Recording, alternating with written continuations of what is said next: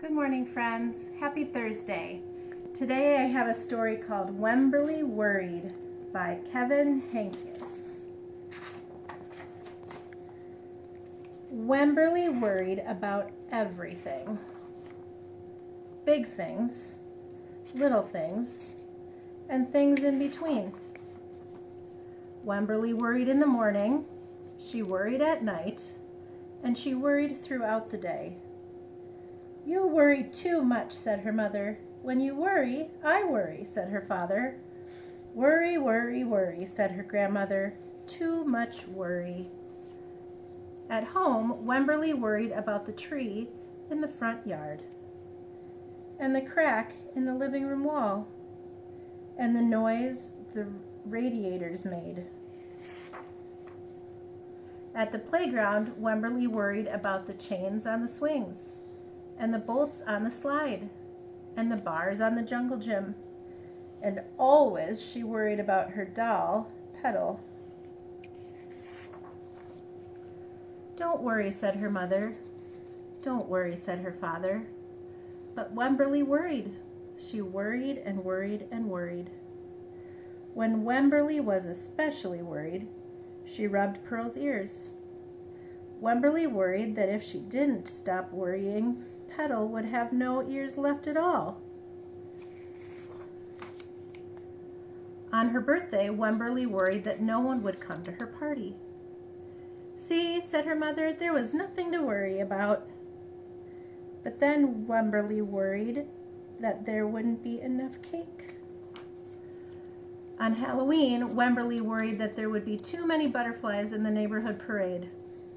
"See," said her father, "there was nothing to worry about." But then Wemberly worried because she was the only one. "You worry too much," said her mother. "When you worry, I worry," said her father. "Worry, worry, worry," said her grandmother. "Too much worry." Soon Wemberly had a new worry: school. Wemberly worried about the start of school more than anything she had ever worried about before. By the time the first day arrived, Wemberly had a long list of worries. What if no one else has spots? What if no one else wears stripes? What if no one else brings a doll? What if the teacher is mean? What if the room smells bad? What if they make fun of my name? What if I can't find the bathroom? What if I hate the snack? What if I have to cry? "Don't worry," said her mother. "Don't worry," said her father. But Wemberly worried. She worried and worried and worried. She worried all the way there. While Wemberly's parents talked to the teacher, Mrs. Peachum, Wemberly looked around the room. Then Mrs. Peachum said, "Wemberly, there is someone I think you should meet." Her name was Jewel. She was standing by herself.